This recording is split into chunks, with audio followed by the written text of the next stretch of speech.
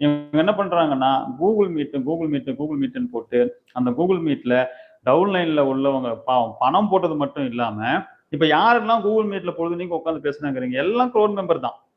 மேல உள்ள சின்ன சின்ன லெவல்ல பணம் போட்டவங்களுக்கு எல்லாம் பிரச்சனை கிடையாது. அவங்க இதை விட்டுட்டு போனாலும் அவங்களுக்கு பாதிப்பு கிடையாது. லட்சக்கணக்கில் பணத்தை போட்டுட்டு இன்னைக்கு பரிதவித்து கொண்டு இருப்பது யாருன்னா க்ரோன் மெம்பர் தான். இப்ப க்ரோன் மெம்பர் வந்து இவங்க ஏன்னா கடன் வாங்கி போட்டவங்களுக்கு தான் தெரியும் அந்த கடனை கட்டக்கூடிய சூழ்நிலை. நானே சொல்றேன் இல்லைங்களா, என் வீட்லயே வந்து கேட்டிருக்கிறாங்க மைவி3 பத்தி போடுங்கன்னு. கேட்டது யாருன்னா என்னுடைய க்ளோஸ் ரிலேஷன்ஸ். அவங்க அப்பா அப்புறம் அவர்களுடைய பையன் 2 பேர்த்து பேர்ல இந்த ஒண்ணு அப்பா வந்து ஃபர்ஸ்ட் க்ரோன் மெம்பரு, பையனை அவருக்கு கீழே கொண்டு வந்து க்ரோன் மெம்பர். நான் சொல்றது ரொம்ப க்ளோஸ்டுங்க.